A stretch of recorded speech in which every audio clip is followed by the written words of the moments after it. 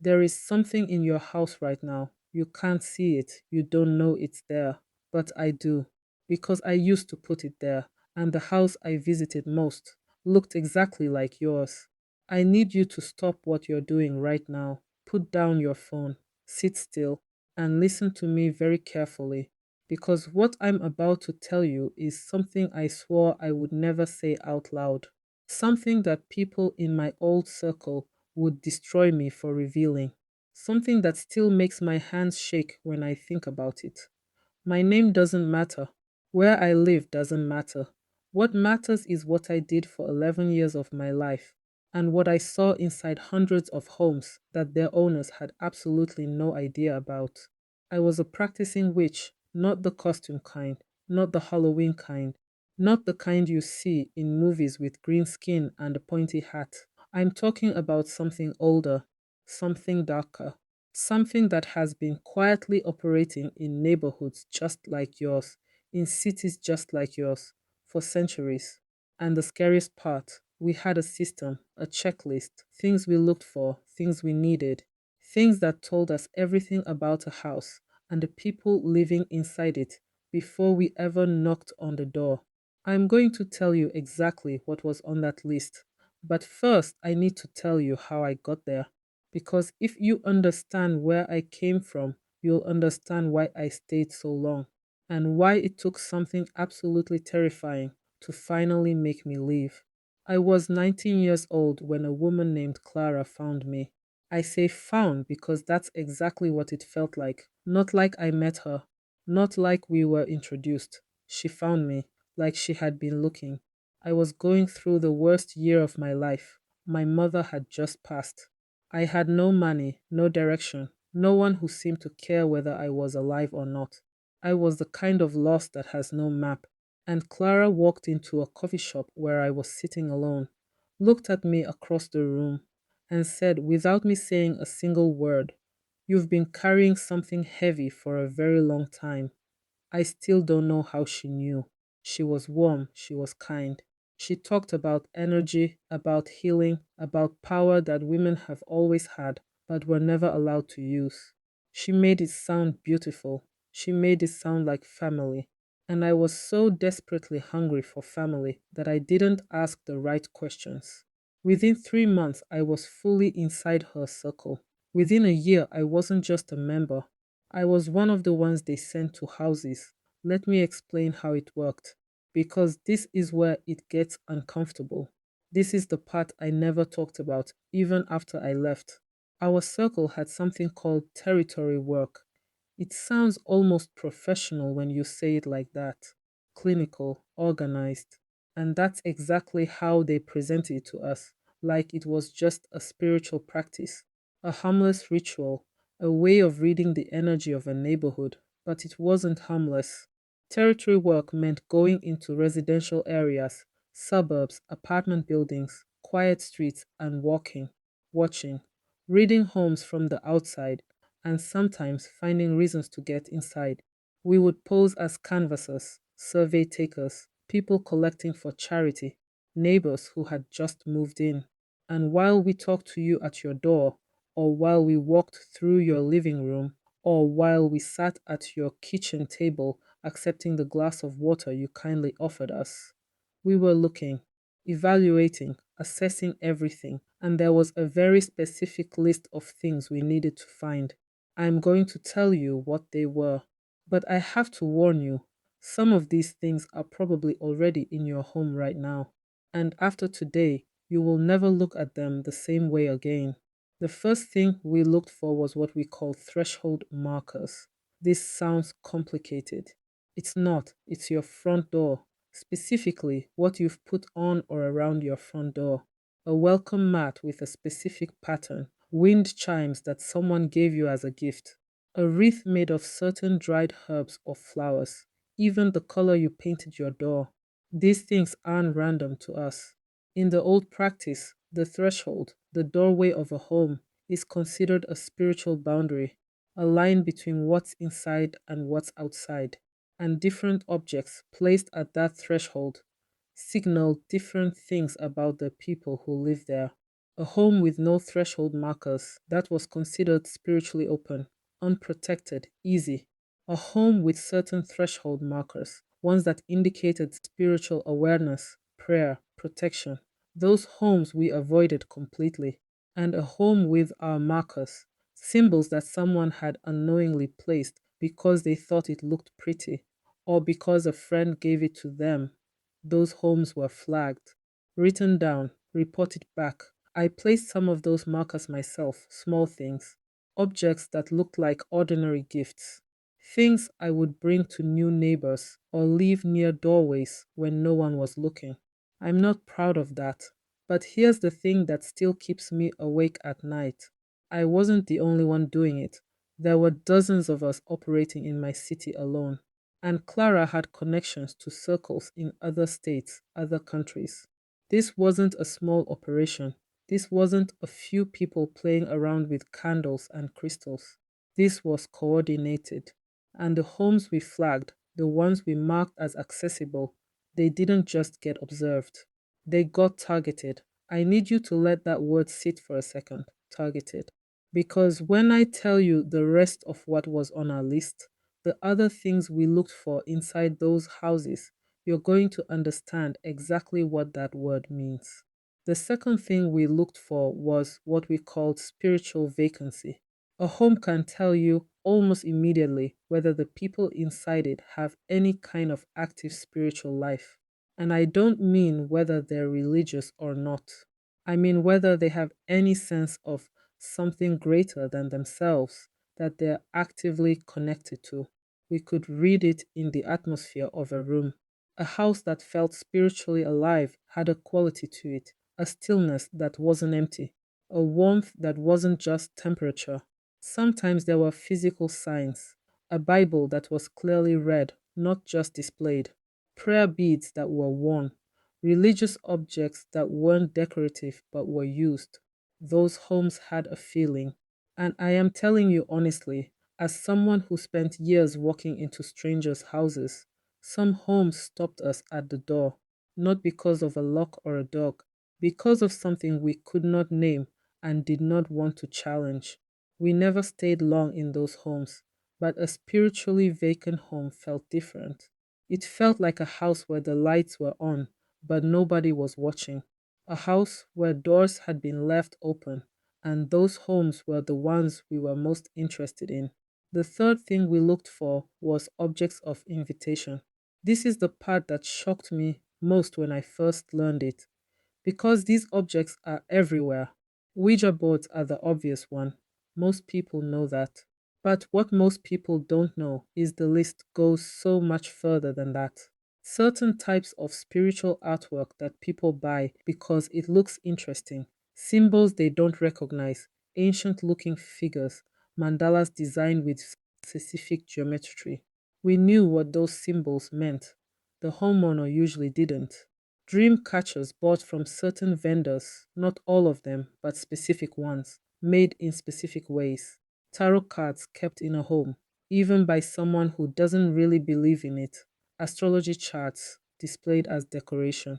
Crystals, and this one surprised even me when I was first taught it. Specific crystals arranged in specific patterns, placed near windows or doorways. None of these things are automatically dangerous in the way I'm making them sound. I want to be careful here, but the way we were trained to see them, these objects were signals, indicators that the person inside was open, curious, searching for something. And people who are searching for something are the easiest to reach.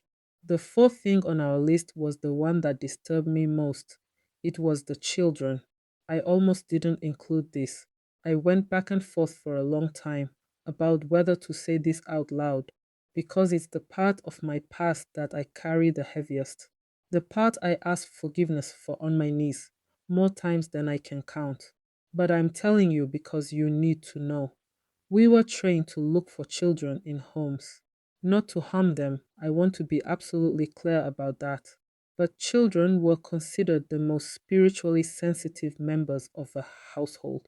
And a child who was already showing signs of what we call natural sight, sensitivity to energy, seeing things others couldn't, having imaginary friends that felt unusually real to the parents.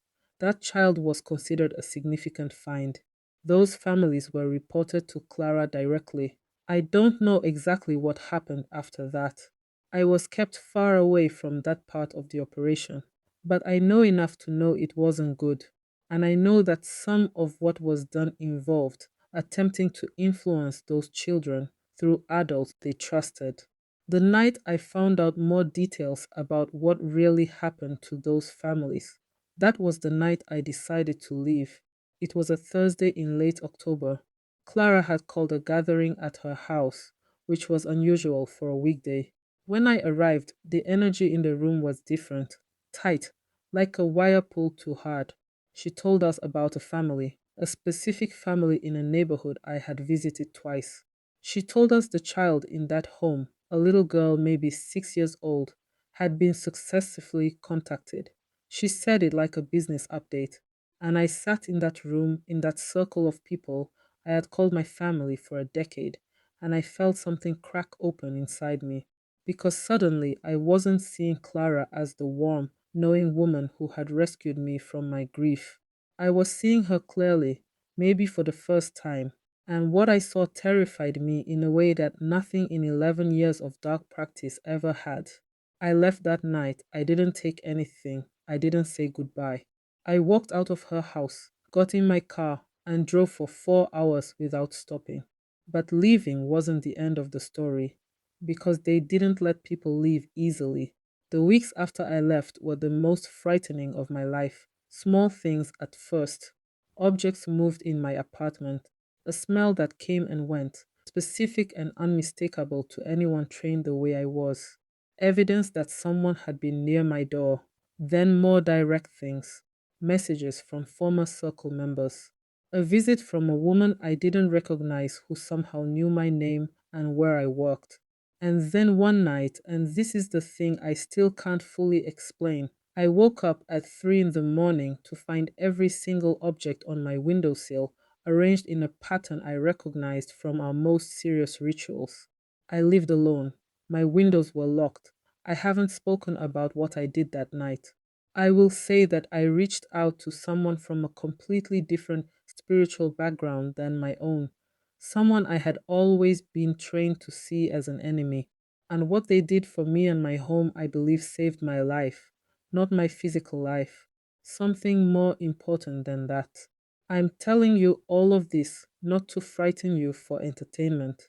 I'm telling you because these practices are real and they are ongoing, and most people have absolutely no idea that any of this exists.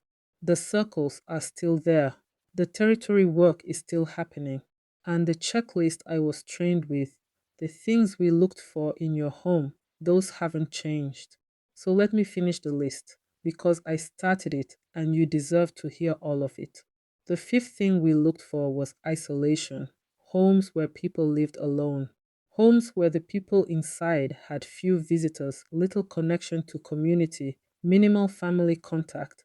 A lonely person is a vulnerable person, not because they are weak, but because they are missing the protection that comes from genuine, loving human connection.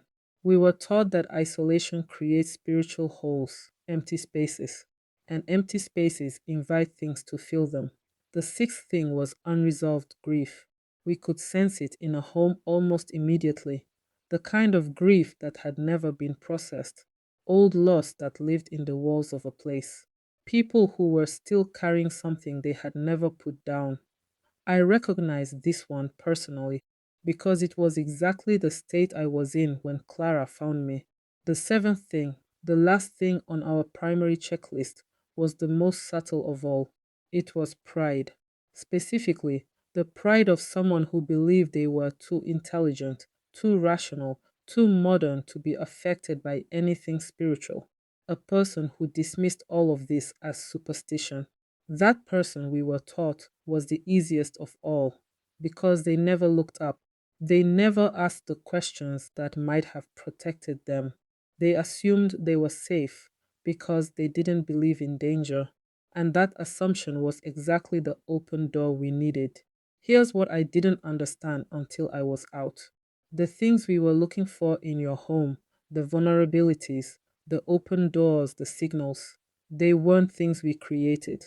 We were taught that we were creating access, that our rituals and our markings and our visits were what opened those homes up. But that's not what I believe now.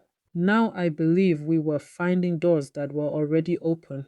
We were finding homes where something had already been lost: connection, faith, protection, awareness.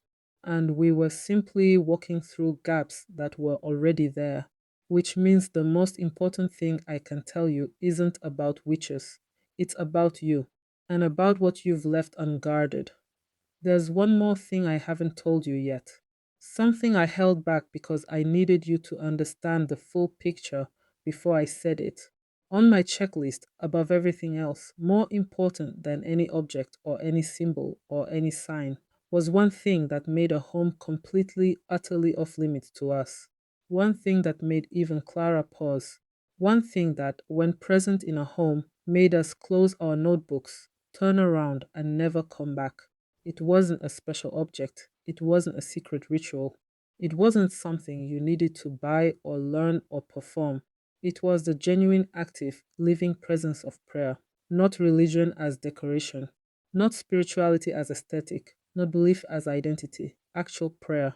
The kind where someone truly believed they were being heard. The kind where there was a real, present, two-way connection happening in that home on a regular basis. That kind of home had something around it that we could not touch. Clara called it interference. She said it was just dense energy that made our work more difficult.